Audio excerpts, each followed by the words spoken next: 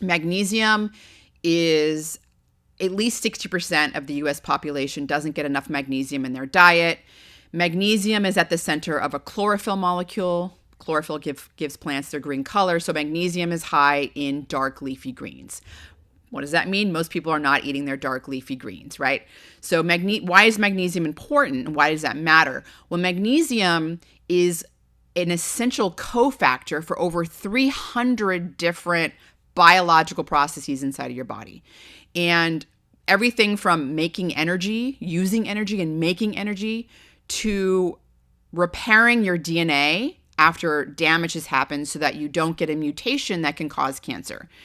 What happens is, and this was from my mentor, my mentor proposed this, it's called the triage theory, where your body has strategically found a way to ration these micronutrients when you're in a insufficient state to make sure the biological processes that are important for short-term survival get their share before the ones that are important for long-term survival do. So I'll give you an example. With magnesium, you need it to make energy. Well, if you can't make energy, you'll die like immediately, right? This isn't an age-related disease that's going to crop up in your 80s. This is something that you need right now. Cancer, on the other hand, isn't something that's going to happen right now. That's going to take 5 to 6 decades before it rears its ugly head.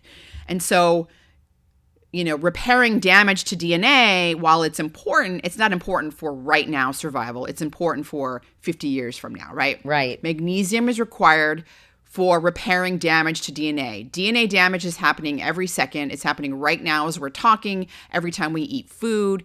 Our metabolism causes something called reactive oxygen species, or oxidation, you probably heard. That damages our DNA. Sometimes it happens in an area that's not really important, and sometimes it happens in an area that may lead to cancer. But you want to repair that damage, and so you want to make sure you have enough magnesium to do that. So that's magnesium. Wait, can I ask you a question? Should I be taking, or should people, not just me, this isn't all about me, should people be taking magnesium supplements if they're not getting enough leafy green vegetables?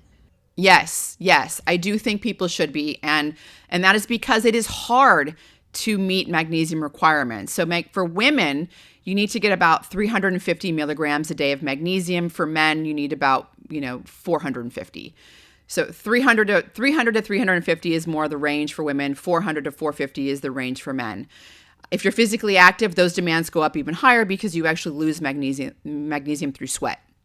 So to get that, you do have to eat a lot of leafy greens. Nuts like almonds are high in magnesium. Oats are high in magnesium. But you have to be eating, a pretty balanced diet, and you really have to calculate how much of those that you need to get that.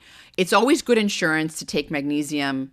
And the only side effect with magnesium is if you take a really high dose, it has a laxative effect. Some people like that, but not everyone does. And so, if you're taking like 150 to 200 milligrams a day, that's getting you about halfway to your requirement, right? And you should be able to meet that other 50% with your salad and, your almonds and some oats, right? So I think that magnesium is important. The best type of magnesium to take are the organic salts. So you want to take, for example, magnesium malate, magnesium citrate, magnesium taurate, or magnesium glycinate. Those are all more bioavailable than the old magnesium oxide that people used to take. That's not very bioavailable. So that's the best form to take. And again, if you're doing 150 milligrams, 200 milligrams a day, you can even go up, especially if you're physically active and you're sweating a lot. If you're doing the sauna, for example, on top of that, you need to go up 10 to 20% because you do lose a lot of magnesium through sweat.